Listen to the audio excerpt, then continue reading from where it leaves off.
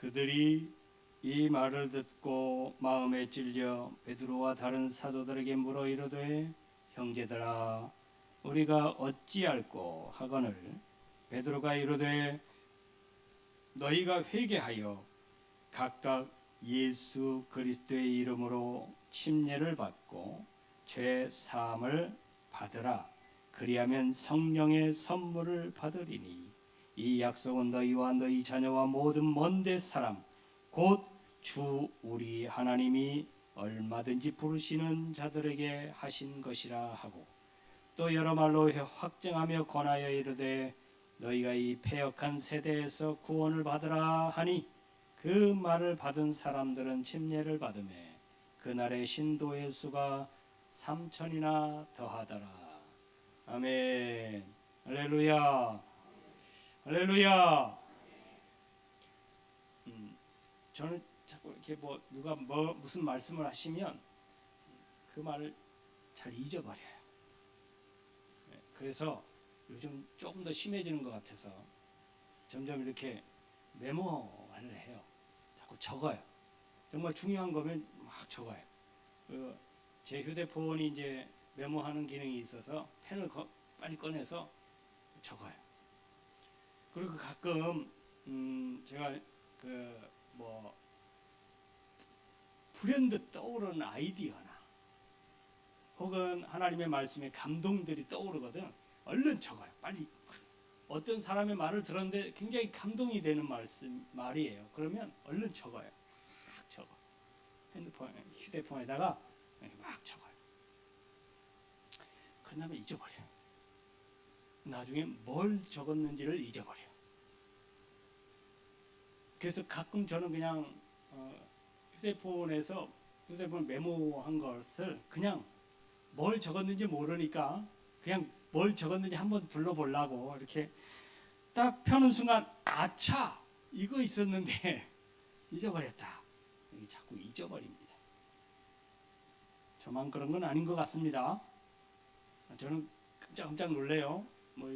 그런 말씀들을 많이 듣습니다. 휴대폰을 들고 전화를 하면서 잠깐만 내 핸드폰 좀 찾아보고 전화하면서 자기 전화하면서도 자기 전화기를 찾아요. 저는 그 정도는 아니고요. 이 정도는 됩니다. 전화를 하고 분명히 내려놨어요. 내려놓고는 주머니에 찾아요. 내 핸드폰 어디다 놨지? 금방 집에다 놓고 왔나? 금방 전화했는데 집에서 놓고 왔나 싶었는데 조금 전에 전화했는데 그것까진 기억이 납니다. 그것도 기억이 안 나면 이게 병이겠죠.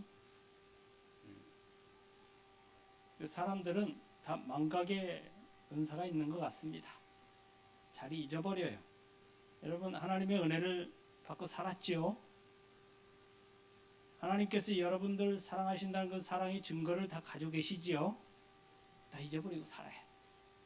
어느샌가 다 잊어버리고 뭐였지? 언제였지? 어떻게였지? 잘 모르고 살아요. 그냥 모른 듯 아닌 듯 없는 듯 그렇게 살아갑니다. 가만히 찾아보니까 지금으로부터 한 10년 좀 넘었네요. 몇 달이 지났는데 10년 전에 무슨 일이 있었는지 아시나요? 몰라. 10년이면 굉장히 긴 시간 같은데 별로 긴 시간도 아닌데 10년 전에 세월호 사건이 있었습니다. 그때가 그때요. 세월호 때 참 우리 전 국민이 비통에 처해 있었고 참 많이도 울었었습니다. 그리고 자성하고 회개하고 우리 어른들이 어린아이들을 다 죽였다. 어른들의 잘못으로 인해서 어린아이들이 희생당했다. 이건 인재다. 그래서 사회도 온통, 교회도 온통 자석하고 자성하고 또 회개하는 운동들이 일어났어요. 다시는 이런 일이 없도록 하자. 그래서 교회에서도 잠시나마 회개에 대한 설교와 기도에 대한 설교가 또 기도하는 소리들이 많아졌었음이 틀림없습니다. 근데 잠깐이었어요. 그렇게 10년이 지나고 또 다른 국가적 난국에 직면하고 있는 이때에 교계는 어김없이 자성과 회개의 목소리를 내어야 되는데 어찌된 일인지 아무런 소리가 없습니다. 그런 침묵하는 교계를 향해서 세상은 또 말해요. 왜 이런 시국에 교회는 시국선언을 하지 않느냐? 바른 목소리를 내지 않느냐? 이런 교계를 흔들어대는 인사들이 또 있습니다. 여러분, 이 혼란한 시기에 교회가 시국선언을 해야 됩니까? 말아야 됩니까? 여러분들의 의견은 어떻습니까? 여러분들의 생각은 어떠신가요? 교계가 시국을 따라가야 되나요? 그래서 바른 말을 해야 됩니까? 꼭 그래야 되나요? 교회의 올바른 본질을 잘 몰라서 그래요. 교회는 시국을 따라가는 게 아니고 빛을 내면 되는 거예요. 할렐루야. 예수의 빛, 하나님의 빛, 그 빛을 내면 되는 게 교회의 본질이에요. 할렐루야. 세상이 어땠든, 세상의 소리가 어쨌든, 세상이 어떻게 흘러가든 우리는 그 본질에서 벗어나면 이도 저도 아니게 되어버리는 거예요. 그러니까 세상이 흔들면 이리 흔들리고, 세상이 저리 흔들면 저리 흔들리고 하는 거예요. 교회는 그렇게 이리 흔들리고 저리 흔들리는 곳이 아니에요. 교회는 세상의 흐름과 상관없이 구속사의 흐름 안에서 예수의 빛이 나면 그게 교회의 본질을 다 하는 거예요. 할렐루야. 할렐루야. 근데 문제는 뭐냐? 교회가 빛을 내고 있느냐 이 말이죠. 그래서 세상 사람들이 깜깜했을 때 그 빛을 보고 저기로 가면 되겠다 라고 그 빛을 이정표 삼을 수 있을 만큼 빛을 내고 있느냐, 그게 중요한 거예요. 우리는 그런 말을 할 수 있어요. 교회는 흔들리면 안 된다. 세상이 이리저리 흔들려도 교회는 이 하나님의 말씀 안에서, 빛 안에서 흔들리면 안 된다고 하지만 정작 교회 안으로 들어오면 그게 실질적으로 흔들리지 않고 빛을 내고 있느냐 이 말이죠. 그래야 교회 역할을 하는 거니까요. 여러분, 교회가 빛을 낸다는 뜻은 다른 말로 말하면 교회 구성원인 성도가 빛을 낸다는 뜻이잖아요. 성도의 빛이, 성도가 내는 빛이 모여서 교회의 빛이 되는 거니까요. 그러면 성도가 어떻게 빛을 낼 수 있느냐는 거예요.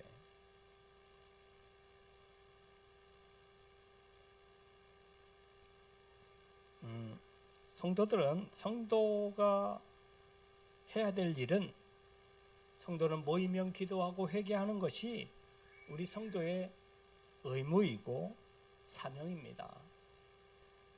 하지만 우리는 제대로 된 회개가 있었는지를 돌아보아야 돼요. 날마다. 회개 기도회는 많지만 그 열매는 많지 않다는 거예요. 그 이유는 회개 기도만 했지 마음을 찢는 기도가 없었다는 거죠.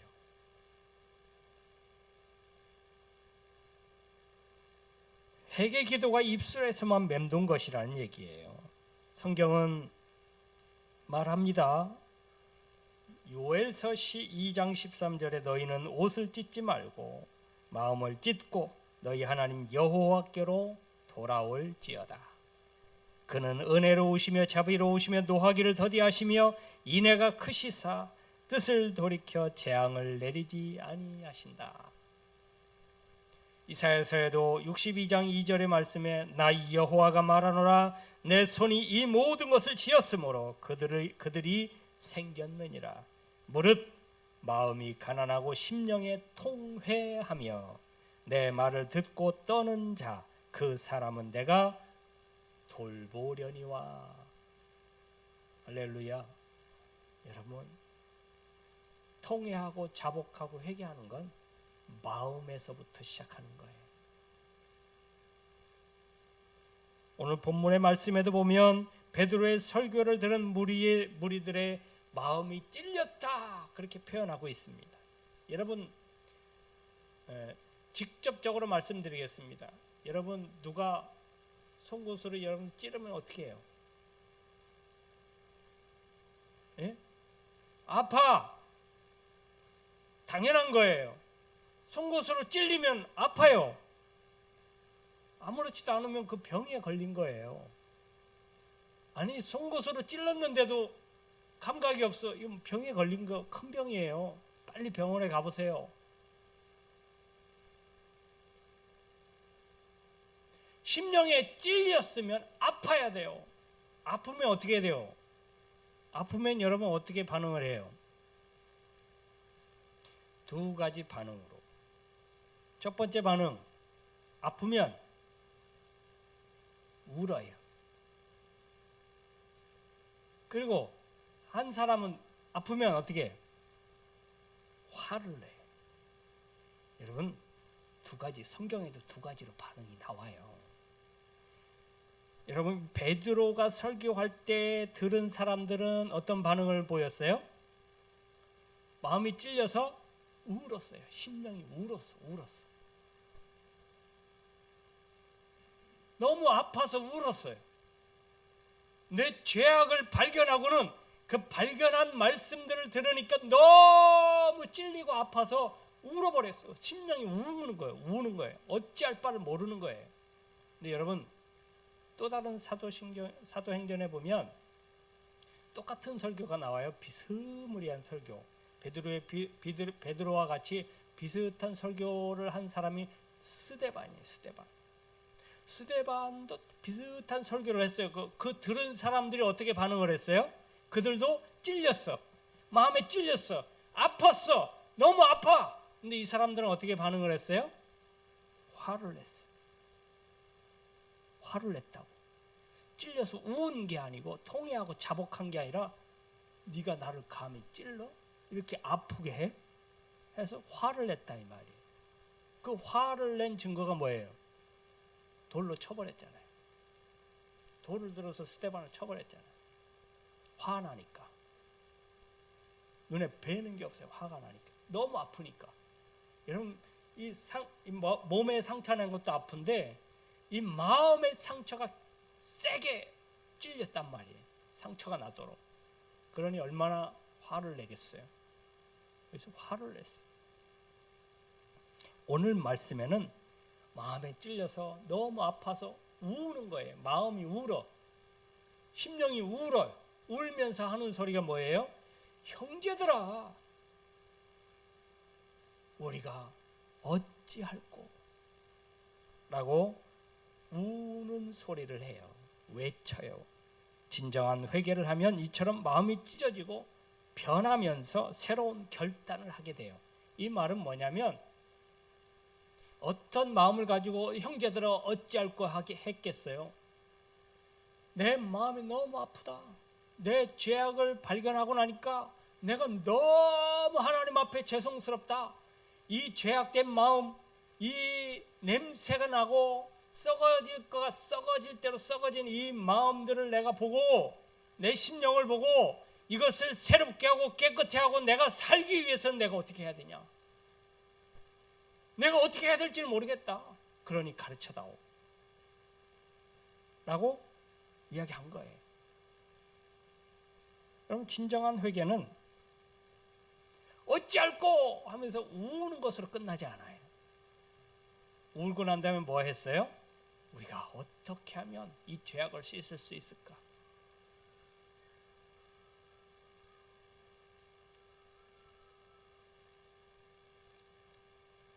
이는 곧 우리의 심령이 성령 안에서 새로 지어짐을 나타내는 거예요.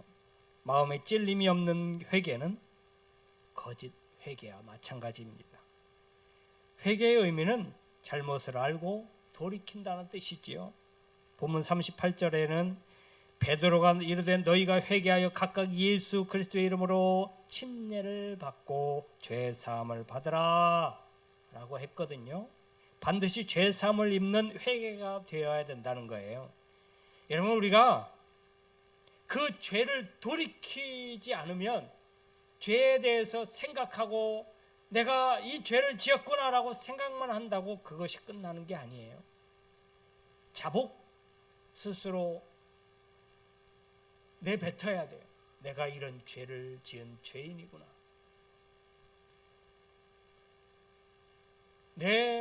내가 죄인임을 스스로 인정해야 돼요. 거기서부터 죄 사함이 시작돼요. 할렐루야. 참 인정하는 게 쉽지 않아요.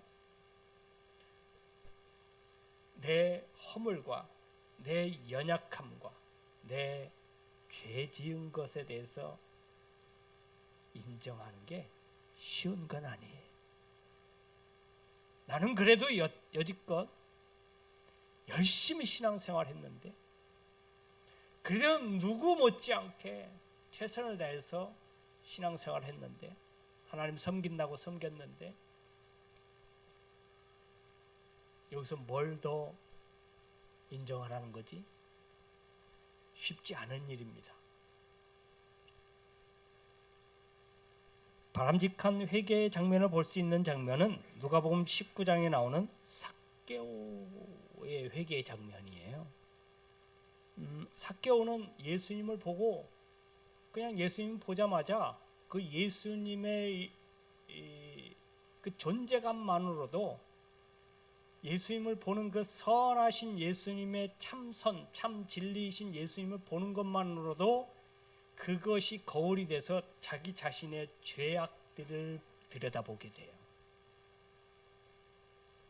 너무 선하신 예수님을 보니까 너무 죄악된 자기 모습이 생각이 나는 거예요. 그래서 인정하지 않을 수가 없었어요. 예수님 앞에 나와요. 그리고는 삭개오가 얘기합니다.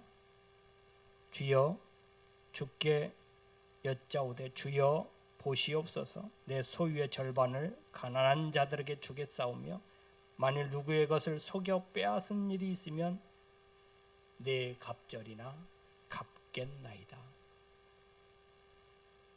여러분, 이 말을 반대로 해석하면요, 이렇게 재물을 얻었다는 거예요. 속여서, 갑절이나 속여서, 내 갑절이나 속여서 그 이상으로 자기 이익을 챙겼다는 얘기예요. 그걸 그대로 고백하는 거예요. 제가 이렇게 얻은 재물이니 이렇게 다 속죄하겠습니다. 다 돌려주면서 속죄하겠습니다. 그러니 용서해 주세요라고 하는 거예요. 인정하는 것으로 끝나지 않았어요. 제가 죄인입니다. 이걸로 끝나지 않았다고. 그동안 내가 이렇게 했으니 이것을 그대로 갚겠습니다. 어떻게 하든 내가 그것을 도로 갚겠습니다. 원상태 이상으로 돌려놓겠다는 얘기예요. 그런 의지를 보였을 때에 예수님이 뭐라 그래요? 이곳에도 구원이 임했다. 이도 아브라함의 자손이다. 아니, 삭개오가 유대인이고 아브라함의 자손인 건 누가 몰라요. 근데 아무도 그를 유대인으로, 같은 유대인으로 보지 않아요. 아무도 그를 같은 아브라함의 자손으로 여기지 않아요. 다 죄인으로 생각하고 왕따시키고, 저는 인간도 아니요, 그 동족의 고열을 빨아서 저렇게 잘 먹고 잘 사는 저는 사람도 아니요 해서 등한시했던 사람, 아무도 인정해주지 않았던 사람, 그 사람이 드디어 진짜 하나님의 자녀요, 동족임을 선포해주고 있어요. 왜 그렇게 됐을까요? 그게 마음을 찢는 회개 이후에 삶이 변화가 됐다는 거예요.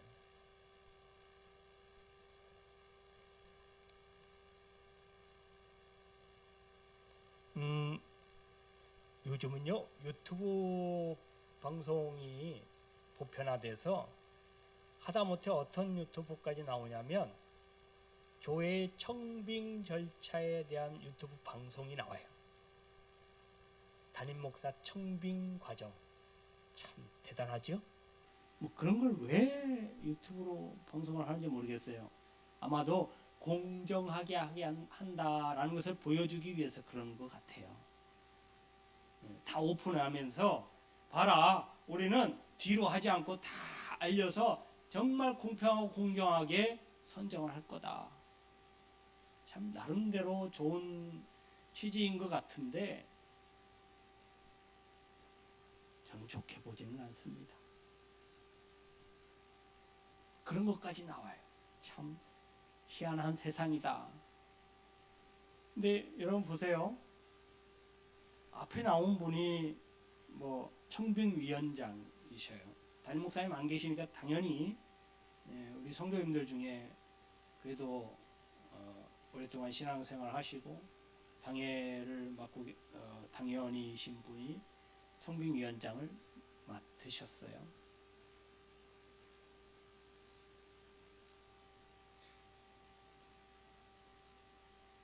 여기에 다툼이 없으면 참 좋은데, 회의할 때 다툼이 없으면 좋은데 다툼이 생겨.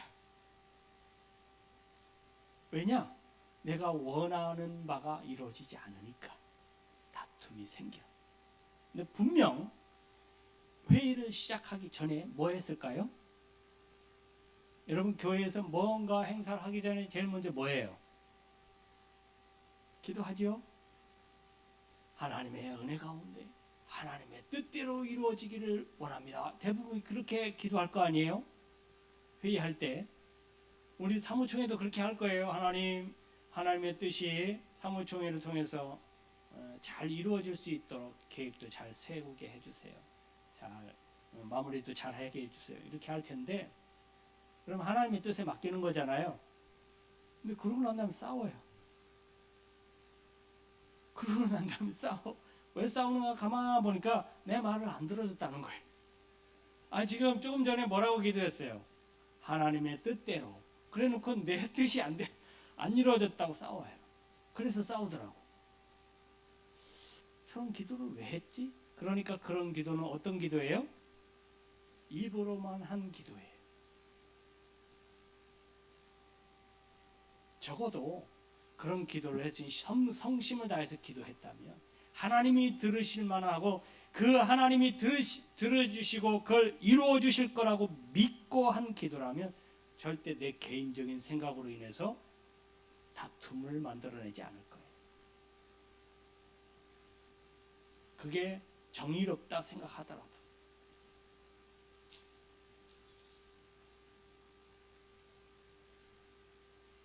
요즘 시국이 참 어수선합니다.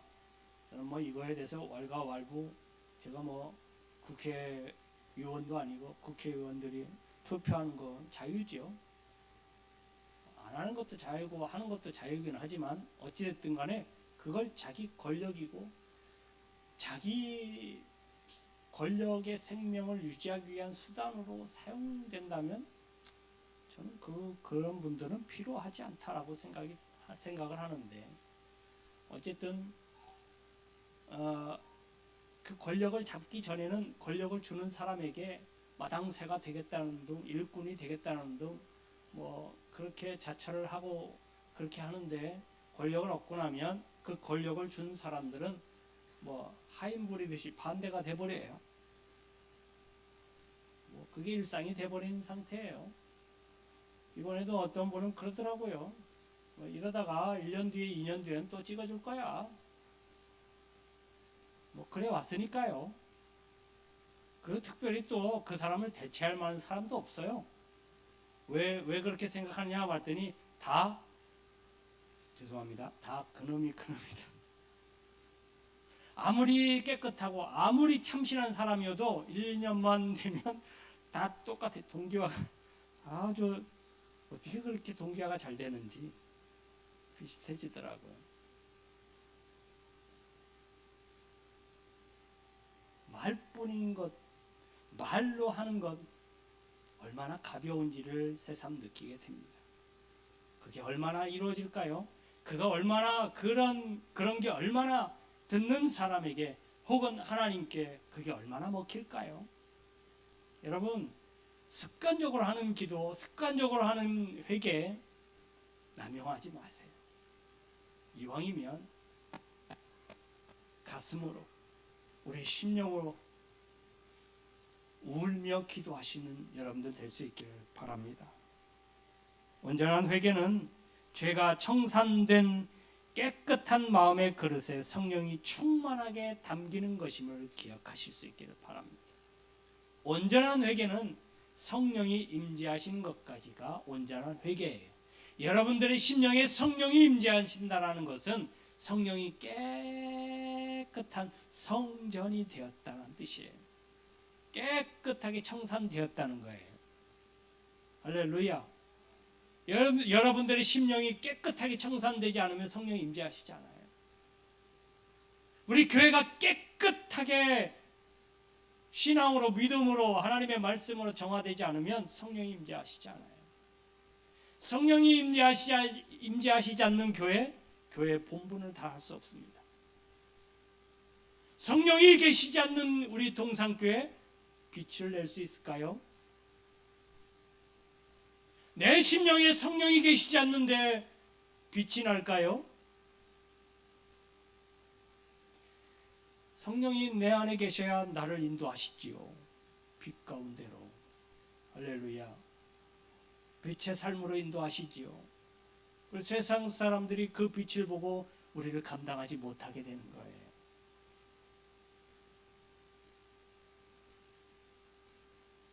성도 여러분, 자신의 신앙을 점검하려는 마음이 들 때 가장 먼저 생각하실 게 내가 과연 회개가 살아있느냐, 진정한 회개가 살아있느냐, 내가 지금도 회개하면 통회하고 자복할 수 있는 회개의 자세가 되었느냐, 이걸 가장 먼저 점검해 보실 수 있기를 바랍니다. 회개를 잃어버렸다면 여러분 다 잃어버린 거예요. 여러분들의 신앙에 회개가 없다면 여러분들의 신앙은 다 잃어버린 거예요. 다시 시작하셔야 됩니다. 뭐부터요? 진정한 회개부터 다시 시작하셔야 됩니다. 여러분들의 신앙은 거듭남, 중생으로부터 시작돼요. 그 중생이 뭐예요? 중생의 시작은 회개부터 시작합니다. 할렐루야. 그러니 여러분, 그 회개를 잃지 마시기 바랍니다.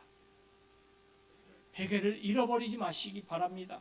하루하루 살아가면서도 회개의 마음을 잊어버리지 마세요. 하나님의 극렬하신 은혜 가운데 살고 있음을 기억하세요. 오늘도 나를 살게 하신 하나님의 은혜로 살고 있다는 것을 반복적으로 고백하시는 여러분들 될 수 있기를 바랍니다.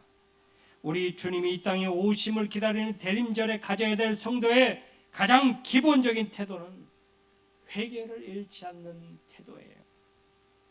주님이 다시 오실 그때 주님을 기쁘시게 맞이할 사람은 죄가 없는 사람이 아니라 회개한 사람이에요. 죄를 안 지은 사람이 아니라 지은 죄를 자복하고 회개할 줄 아는 사람이 주님을 맞이한다는 거예요. 즉 마음을 찢는 회개를 통해 합당한 열매를 맺고 그것을 증명할 수 있는 사람, 내가 회개했음을 증명해낼 수 있는 사람, 그 사람이 오실 주님을 기쁘게 맞이할 성도임을 다시 한번 기억하시기를 바랍니다. 잃었던 회개를 회복하시면서 정결한 마음, 깨끗한 마음으로 오실 주님을 맞이하는 저와 여러분들 될 수 있기를 주님의 이름으로 축원합니다. 축원합니다. 기도하겠습니다. 하나님, 회개하여 마음이 심령이 정결케 된 그 심령에 성령께서 좌정하시고 빛 가운데 거하게 하시고 그 빛을 보고 많은 사람들이 통회하고 자복하고 주께로 돌아오는 역사가 임할 줄로 믿사오니 우리가 이 모든 일에 회개를 잃지 않는 성도로 세상의 빛을 비추며 예수의 빛을 비추며 오실 주님을 기쁘게 맞이할 수 있는 회개의 사람들 될 수 있도록 은혜를 베풀어 주시옵소서. 이제는 우리를 구원하시기 위하여 자기 몸을 찢으시고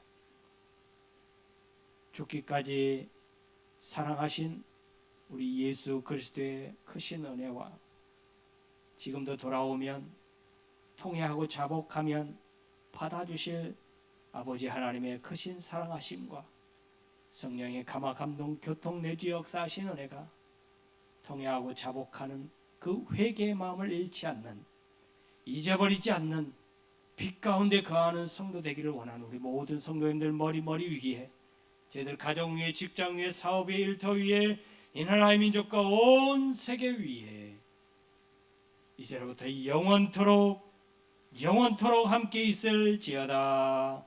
아멘.